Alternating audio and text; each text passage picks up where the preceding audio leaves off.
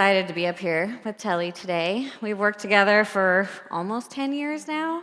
I would say that partnership probably evolved to be more of a friendship at some point, and I've got some other Lockton friends at a table back there. Wish you could all be up here with us to tell this story, because you've all been critical in how it's evolved over time. But one of the reasons that this story is one of my favorite stories to tell is because it really highlights how much Lockton values their people and how they've leveraged the partnership with ReSource Pro to improve their associate experience and make sure that Lockton continues to be a great place to work and that they're valuing their people. So with that, Tellye, maybe you just start by saying a little bit about where Lockton is today and what you do for the organization. Sure. Thank you for having me. I'm excited to be here. So I'm going to start by giving some background on who Lockton is and then also what I do for the company. So we're the largest privately held broker organization. We did over $4 billion in global revenue last year, and we're actually closing our books tonight at midnight for the new fiscal year. We have over 13,000 associates, and we operate in over 150 offices around the globe. So we were founded in 1966, and we are privately held, and we double down on that philosophy. So I've been with Lockton for 27 years.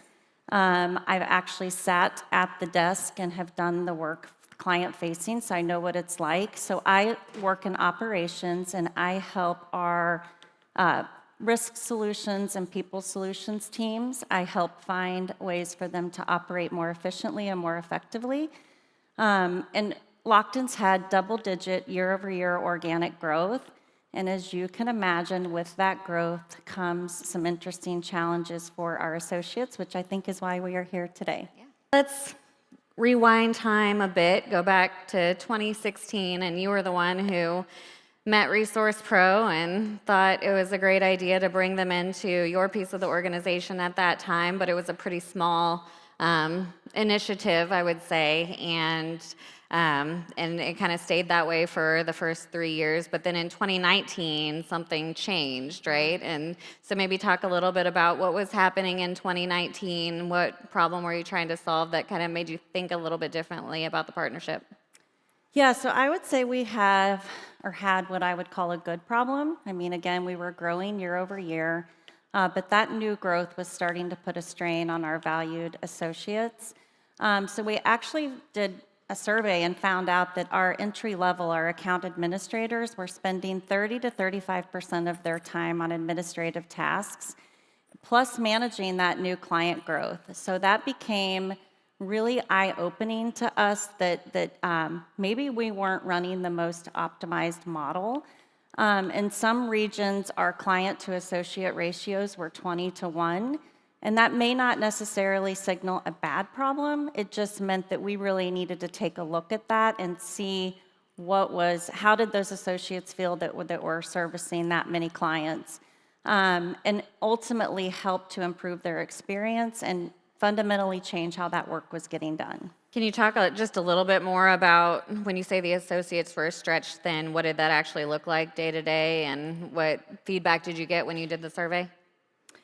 Yeah, so we realized that there was just a lot of administrative burden. So stuff that had to get done in the life cycle of a client or policy, but not necessarily setting us apart in the market. So a lot of that policy checking, certificate renewal processing work, again, super important, but just not necessarily what we felt like they wanted to be spending their time doing. So that's what we felt like might start affecting the retention. So all of us in the room here, we know that we have a war for talent, and we need to really do our best to keep the best associates, attract new ones, continue to be the best place to work. So all of those things that we wanted to keep doing so that we did not lose some of our great people. And that's where we really felt like we needed to step in and come up with a strategy. So it sounds like you knew something needed to change, and you probably thought through a lot of options. At what point did ReSource Pro start being something that you wanted to look at? Yeah. So we looked at a few options. We even looked at growing our own capability, building our own. We did a market analysis, and ultimately, for our needs at the time, ReSource Pro was the chosen partner. We felt like their experience in the insurance industry was really important to us, and that's really what ultimately made the decision. So they knew our businesses, they knew our workflows. I felt very comfortable putting them in front of any of our client-facing teams. I felt like they could speak the language. Some of them had actually done the work before. So, and many of our peers had already been using them. So we felt like they could deliver the great quality results that we were looking for. How'd you decide where to start? So this is kind of the fun part. So I brought ReSource Pro in, as Juniper said. We did not want to call this offshoring or outsourcing. We labeled this and branded this improving our associate experience. And that was really important to get the adoption and the buy-in. But we did a survey. We chose a region, a department, started there, started small. We did a survey to find out 10 questions, stuff we already knew, but it helped us get their engagement when we asked them, like, what work would you rather be doing? Where do you want to spend your time? And we learned from them, and then we used that to build our roadmap and also build the actual tasks that we wanted to put in this delegation strategy. So we call it a delegation. Again, not offshoring, not outsourcing. This was the first time that Lockton had done something like this, so the change management was really critical to us. But when we started, we had pretty low utilization, maybe 1% to 2%. But what we were able to do by starting small was we proved the success of the partnership, and then we were able to scale that and move that across our operations. So fast forward to today, actively we're working with all of our US regions, working with most all of our departments. I will say when this first started, there were 2 people in the company that knew ReSource Pro's name, and now you probably can't talk to someone at Lockton who has not heard their name or does not know about the model and what the impact this has had for us. One thing you and I have spent a lot of time on is looking at numbers and impact, right? And helping to tell the story to the rest of the executive team on how this partnership has impacted the business in multiple ways. Not just, hard numbers, but also soft impacts and quotes from the associates. So can you talk a little bit about, as the partnership matured, what metrics were you looking at? What were you seeing impacted, and what was important to you guys? Yeah, and for me personally, it was that associate experience, improving that.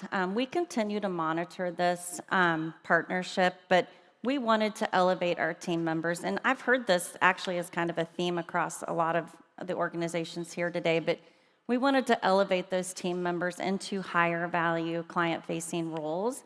And so with this partnership, we feel like we have done that, or we've at least put the model in place to achieve that.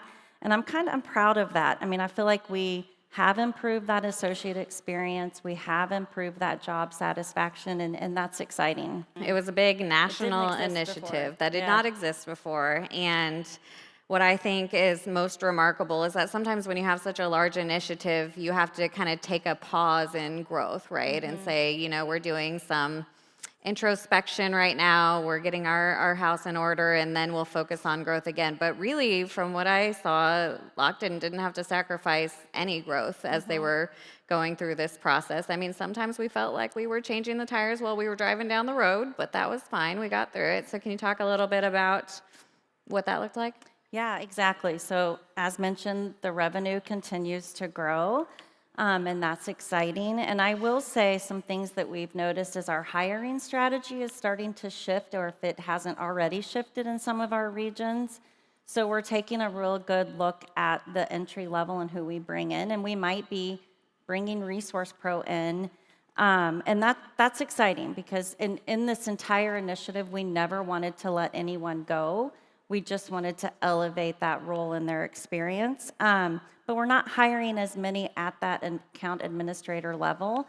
Now, don't get me wrong, it doesn't mean that we don't still want to bring them in, grow our own, train them, but we don't keep them in those processes very long.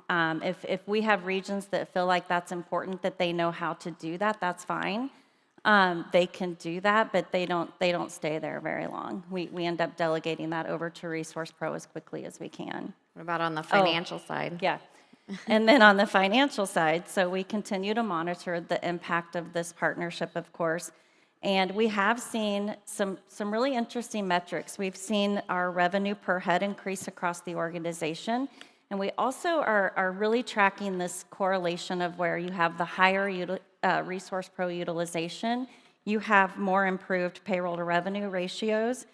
And as I mentioned, we have this scalable model that we can pull off the shelf. So if a COO comes in and says, hey, I need to improve my operations, I've got this solution that we can offer and give to them to put this in place to help with that. And I think something that several in the room can probably relate to, but every organization operates just slightly differently, is that Lockton historically has operated in a very decentralized model, right? With regional level COOs and leadership and financial metrics. But based on recent conversations, it seems like the partnership has created an opportunity to create some more centralization to gain economies of scale and be able to leverage automation. Can you talk a little bit about that? Yeah, you're exactly right. So we are a decentralized model, but we also know if we want to continue to grow and scale this business and be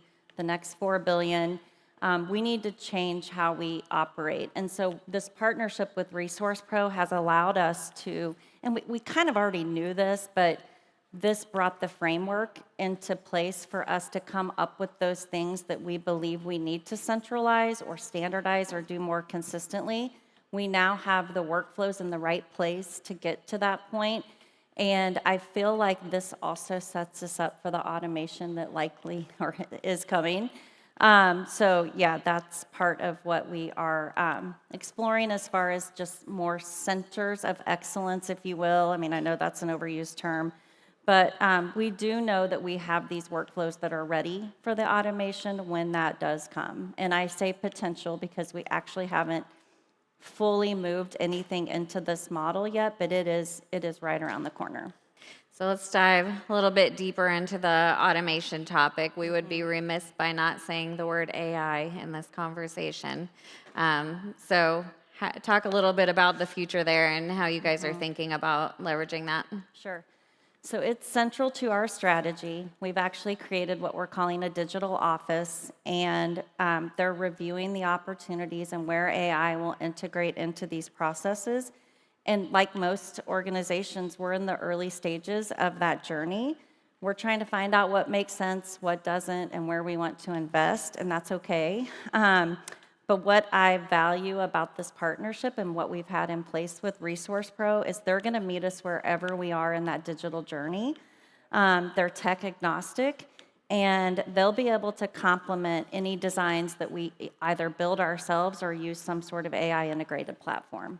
Anything else you want to add about the tech agnostic piece? Yeah, I just feel like we all know this, but they're that human in the loop experience for us. If we decide to do some sort of workflow automation or some sort of AI powered platform, they're going to integrate with us. They're going to be right there with us as we evolve in this journey, and I feel like that's going to be really important in the next 3 to 5 years and where this takes us. Where do you see this going from here? What's next? Yeah, so, we have these centralization opportunities, which I think are pretty exciting. I don't want to underestimate that because what we've put in place with Resource Pro is really setting us up for that next evolution and the possibilities of how we're going to operate. Beyond that, I think we'll just continue to trust our partnership. We'll continue to deepen the partnership that we have with Resource Pro that we've had over the last 5 or 6 years. And as we try to expand and try new things, we'll bring them along with us in that journey. So if you could rewind the clock and go back to your 2016 self, is there any advice that you would give yourself? Well, I would love to go back there. Yeah, I would say, so start sooner and trust the process. We spent so much time trying to figure out if this made the right sense for us, if we were going to do this. In hindsight, I would have wanted to do this sooner because of the value we've gotten from this partnership. I would not change the fact that we deployed small, we started small with a small pilot. That was really important to us and a very thoughtful approach.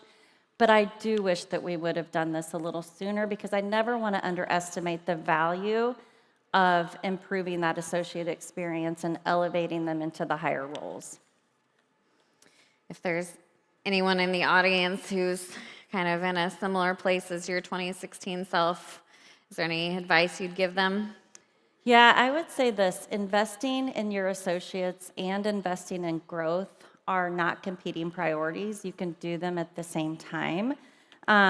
We made a bet when we partnered with ReSource Pro that we would improve that associate experience and we would drive better business outcomes. And we were right. I mean, this partnership does work. So I would say if you're facing similar challenges to and we still continue to face these challenges, but associates are spread a little too thin. You have revenue growth. You want to attract and retain the best people in the market. Then I would say find the right partner, start small, build that trust, and then let the results speak for themselves. And I'll be around for a little bit, or you can look me up on LinkedIn if you want to learn about our story or how we rolled this out within our organization. Thank you. Yeah, thank you.